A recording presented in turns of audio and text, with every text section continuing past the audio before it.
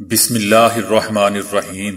السلام علیکم دوستو، دنیا بھر کی خبروں میں آج آپ سنیں گے، لیکن اس سے پہلے اگر ہو سکے تو لائک، سبسکرائب اور بیل آئیکن کا بٹن ضرور دبا لیں۔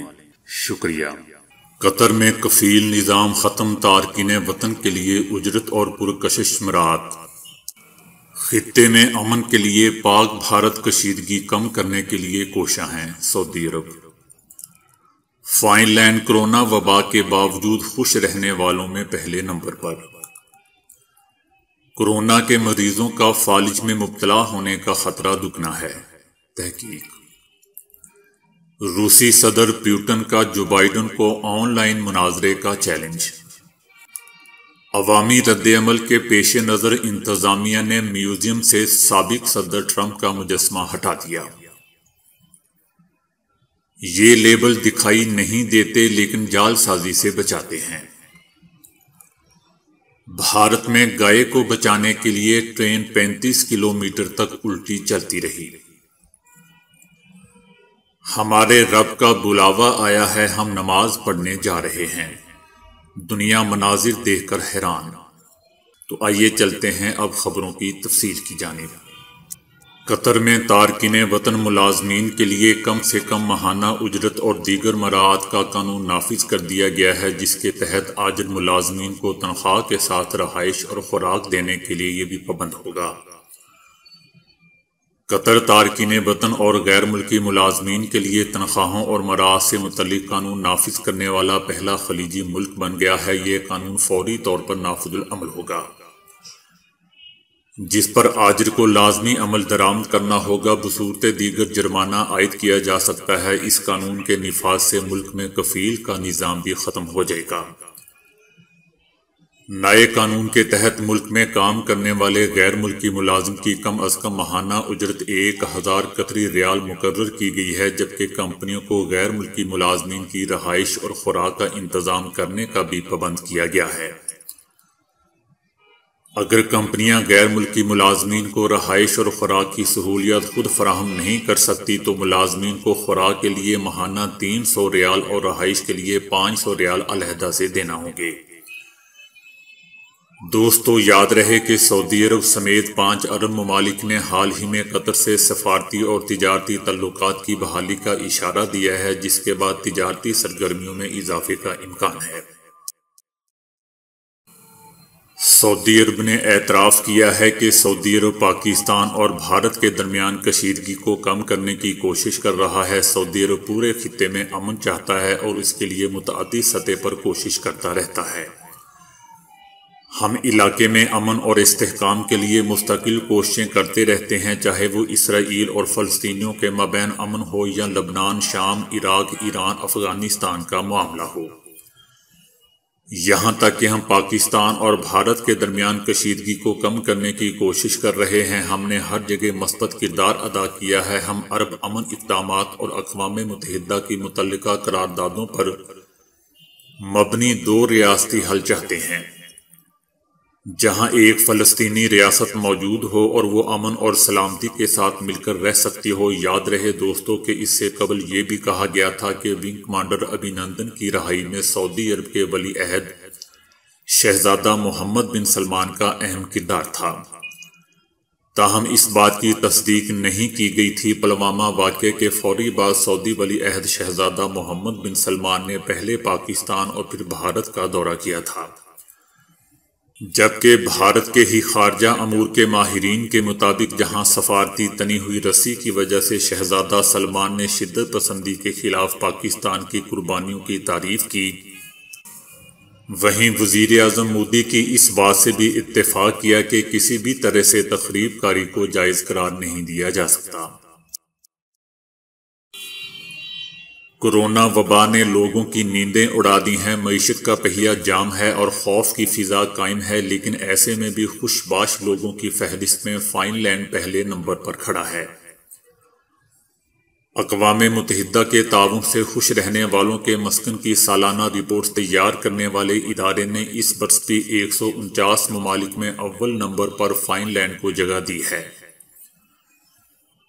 اس فہرست کے لیے محققین نے ایک ایک ملک جا کر وہاں کے رہائشیوں سے ان کی ذاتی خوشی، ذاتی آزادی، سماجی تعاون اور GDP سے متعلق معلومات جمع کی، جبکہ وہاں بدعنوانی کا جائزہ بھی لیا گیا۔ فہرست میں فن لینڈ اول، ڈنمارک دوم اور اس کے بعد سوئٹزرلینڈ، آئس لینڈ اور نیدرلینڈ شامل ہیں۔ نیوزی لینڈ کے علاوہ ٹاپ 10 میں سارے یورپی ممالک شامل ہیں۔ برطانیہ 13 سے 17ویں، امریکہ 18 سے 19ویں نمبر پر آ گیا ہے۔ تاہم جرمنی نے 17 سے 13ویں پوزیشن حاصل کر کے خود کو مستحکم کر لیا ہے اور فرانس 2 قدم آگے بڑھتے ہوئے 21ویں نمبر پر چلا گیا ہے۔ فہرست میں افغانستان کو دنیا کا سب سے ناخوش ملک قرار دیا گیا ہے۔ پاکستان اور بھارت اوسط درجے کی حیثیت کر پائے۔ دوستو، میرے اس چینل میں بھی 2 کے علاوہ باقی سب خوش دل اور خوش باش لوگ ہیں۔ اللہ ان 2 کو بھی ہمیشہ خوش رکھے۔ جو مجھے اور میرے اس چینل کو یہودی کا نام دیتے ہیں، کہتے ہیں کہ تم یہودی عمران خان کی سائیڈ لیتے ہو، اس لیے تم اور تمہارا چینل بھی یہودی ہے۔ کچھ تو یہ بھی کہتے ہیں کہ میں بھارت کی بہت سائیڈ لیتا ہوں، تم غدار ہو۔ اللہ کے بندو، کچھ خدا کا خوف کرو، میرا آدھا خاندان پاکستان آرمی میں ہے۔ میرے سسر جو کہ میرے سگے چچا بھی ہیں، ڈاکٹر کرنل آرمی سے ریٹائرڈ ہیں، ان کا بیٹا جو کہ میرا سالہ کم کزن زیادہ ہے وہ آرمی میں ہے۔ وائف میری نے ساری زندگی پڑھائی لکھائی آرمی کے کینٹوں میں کی، مجھے نہیں یاد پڑتا کہ میں نے کبھی مودی یا مودی سرکار کی تعریف کی ہو، اور کر بھی کیسے سکتا ہوں۔ ہاں، البتہ بھارتی مسلمانوں کی ضرور سائیڈ لیتا ہوں، اور مقبوضہ وادی کو میں دل سے پاکستان کا حصہ سمجھتا ہوں، اور وہ ہے بھی۔ نئی تحقیق میں انکشاف کیا گیا ہے کہ کورونا کے باعث ہسپتالوں میں داخل ہونے والے مریضوں میں فالج کا خطرہ عام بیماریوں کے مقابلے میں کہیں زیادہ ہوتا ہے۔ واشنگٹن یونیورسٹی میں ہونے والی ایک تحقیق میں انکشاف کیا گیا ہے کہ ایسے عمر رسیدہ مرض مریضوں میں جو شوگر، بلند فشار خون یعنی بلڈ پریشر یا دل کی دھڑکن کی مرض میں مبتلا ہوں اور کورونا بھی حملہ آور ہو جائے تو ایسے مریضوں کو فالج ہونے کا خطرہ دگنا ہو جاتا ہے۔ یہ تحقیق کورونا کے باعث ہسپتالوں میں داخل ہونے والے 20,000 مردوں پر کی گئی، جس میں 44% شوگر، 18% دل کی دھڑکن کی بے ترتیبی اور 1/3 بلند فشار خون یعنی بلڈ پریشر میں مبتلا تھے۔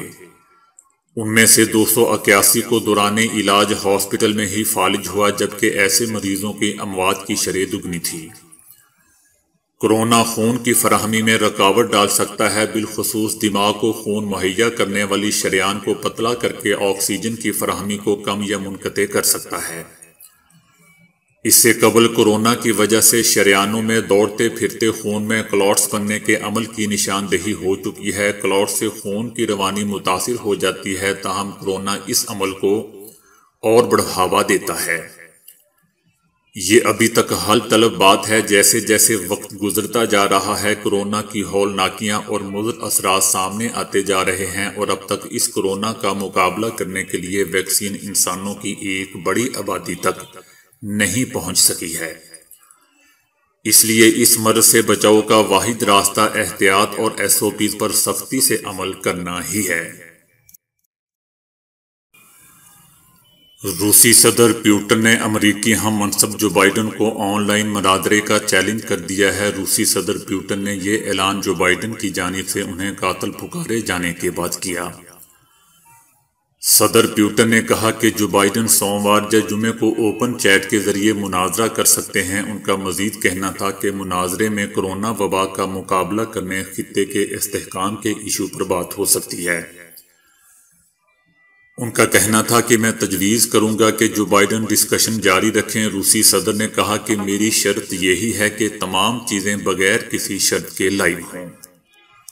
صدر پیوٹن کا کہنا تھا کہ میرے خیال میں یہ چیزیں روسی اور امریکی عوام کے لیے دلچسپی کا باعث بنے گی۔ دوستو، یاد رہے کہ چند روز قبل امریکی صدر جو بائیڈن نے امریکی میڈیا میں کہا تھا کہ پیوٹن کو امریکی انتخابات میں مداخلت کی بھاری قیمت چکانا ہوگی۔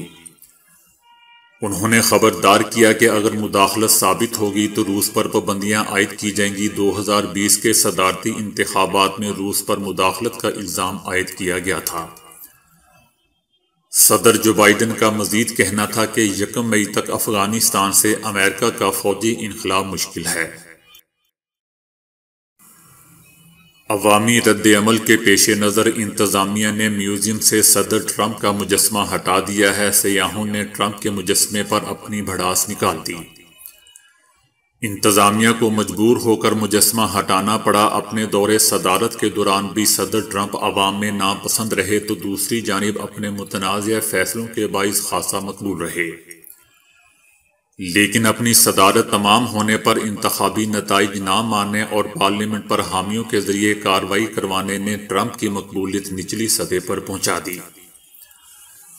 سابق صدر ٹرمپ کی مقبولیت میں اس قدر کمی ہو چکی ہے کہ ٹویٹر نے اکاؤنٹ بھی بند کر دیا ہے اور اب صرف 5 سے 6% لوگ ہی ٹرمپ کی حمایت کرتے ہیں۔ سابق صدر کی مقبولیت میں کمی نے مخالفین کو مزید ہمت دی اور ٹرمپ کے مجسموں پر کارروائیوں کے واقعات میں اضافہ ہونے لگا۔ ایسا ہی ایک واقعہ ریاست ٹیکساس کے میوزیم میں لگے مجسمے کے ساتھ پیش آیا۔ سیاحوں کی جانب سے مجسمے پر بارہا مکے مارے جانے کے باعث عجائب گھر کی انتظامیہ نے موم سے بنے مجسمے کو ہٹا دیا، ساتھ ہی یہ بھی اشارہ دیا کہ ان کا مجسمہ دوبارہ اس وقت میوزیم کی زینت بنایا جائے گا جب حالیہ امریکی صدر جو بائیڈن کے مجسمے کو بھی میوزیم میں رکھا جائے گا۔ روس کی ITMO یونیورسٹی میں ماہرین کی ایک ٹیم نے ایسے لیبل ایجاد کر لیے ہیں جو نظر نہیں آتے لیکن انہیں ایک خاص سکینر کی مدد سے دیکھا اور جانچا جا سکتا ہے۔ آج کل نقالوں سے ہوشیار کرنے والے ہولوگرافک سٹیکرز اور لیبلز بہت عام ہو چکے ہیں، لیکن وہ سب کے سب دکھائی دیتے ہیں، لہٰذا کوئی بھی جعلساز انہیں دیکھ کر ان کی ہو بہو نقل تیار کر کے صارفین کو دھوکہ دے کر اصل کمپنی کو نقصان پہنچا سکتا ہے۔ نادیدہ لیبل تیار کرنے کے لیے ماہرین نے سلیکون پر مشتمل انتہائی باریک فلم استعمال کی جو بالکل شفاف ہوتی ہے۔ اگلے مرحلے پر اس فلم میں باریک باریک چھید کر دیے گئے، جن میں سے چند سوراخوں کے اندر ایک خاص ترتیب سے ایک نایاب عنصر کے ذرات بھر دیے گئے جبکہ باقی سوراخ خالی رکھے گئے۔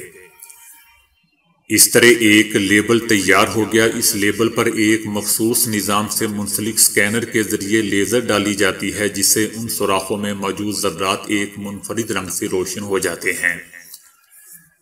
یوں ایک شناختی پیٹرن بن جاتا ہے جس سے معلوم ہو جاتا ہے کہ اس کا تعلق کسی کمپنی سے ہے۔ بھارت میں ایک مسافر ٹرین گائے کو بچاتے ہوئے الٹا چلنے لگی جس سے ریلوے حکام کی دوڑیں لگ گئیں۔ بھارتی ریلوے کے حکام نے اس ضمن میں تحقیقات کے احکامات جاری کر دیے ہیں، جبکہ ٹرین کے ڈرائیور اور گارڈ کو فوری طور پر معطل کر دیا گیا ہے۔ بھارتی میڈیا کے مطابق نئی دہلی سے اتراکھنڈ جانے والی مسافر ٹرین میں اس وقت تکنیکی خرابی پیدا ہوئی جب ڈرائیور نے پٹری پر ایک جانور کو بچانے کی کوشش میں ہنگامی طور پر بریک لگا دیے۔ ریلوے حکام نے بعد میں بتایا کہ وہ جانور گائے تھی جو پٹری پر آ گئی تھی۔ ٹرین کے ڈرائیور نے اسے بچانے کے لیے ہنگامی طور پر بریک کا استعمال کیا تھا۔ جس وقت ڈرائیور نے ہنگامی طور پر بریک کا استعمال کیا تو تکنیکی خرابی پیدا ہوئی جس کی وجہ سے ٹرین الٹا چلنے لگی۔ بھارتی ٹرین کے الٹا چلنے کی ویڈیو سوشل میڈیا پر وائرل ہو رہی ہے۔ اس ضمن میں ٹرین کے مسافروں کی جانب سے یہ دعویٰ بھی سامنے آیا ہے کہ الٹا چلنے والی ٹرین نے 35 کلومیٹر کا فاصلہ طے کیا۔ البتہ ڈرائیور اور گارڈ کو فوری طور پر معطل کر کے تحقیقات کا آغاز کر دیا گیا ہے۔ ہمارے رب کا بلاوا آیا ہے، ہم نماز پڑھنے جا رہے ہیں۔ روس میں کانفرنس کے دوران طالبان سب کچھ چھوڑ کر نماز پڑھنے چلے گئے۔ پوری دنیا مناظر دیکھ کر حیران رہ گئی۔ طالبان نے افغانستان کے مستقبل کے حوالے سے منعقدہ کانفرنس میں گزشتہ روز شرکت کی۔ وفد جب ماسکو پہنچا تو ان کا شاندار استقبال کیا گیا۔ روس میں افغانستان کے مستقبل کے حوالے سے کانفرنس منعقد کی گئی جس میں روس نے افغانستان کی حکومت کے نمائندوں، افغان طالبان پاکستان، چائنا اور امریکہ کو شرکت کی دعوت دی۔ زندہ بات وہاں پہ یہ ہوئی کہ کانفرنس کے دوران جب نماز کا ٹائم آیا تو افغان طالبان کانفرنس سے اٹھ کر چلے گئے اور نماز ادا کی۔ پوری دنیا یہ منظر دیکھ کر حیران رہ گئی۔ تو دوستو آج کے لیے اتنا ہی۔ ویڈیو کو لائک اور شیئر کرنے کا بہت بہت شکریہ۔